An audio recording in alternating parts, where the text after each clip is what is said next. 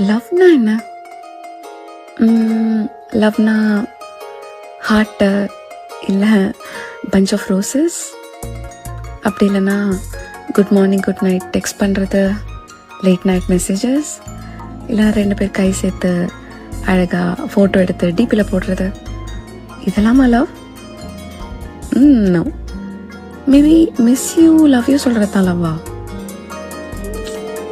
இல்லை இல்லை. லவ்னா என்ன தெரியுமா?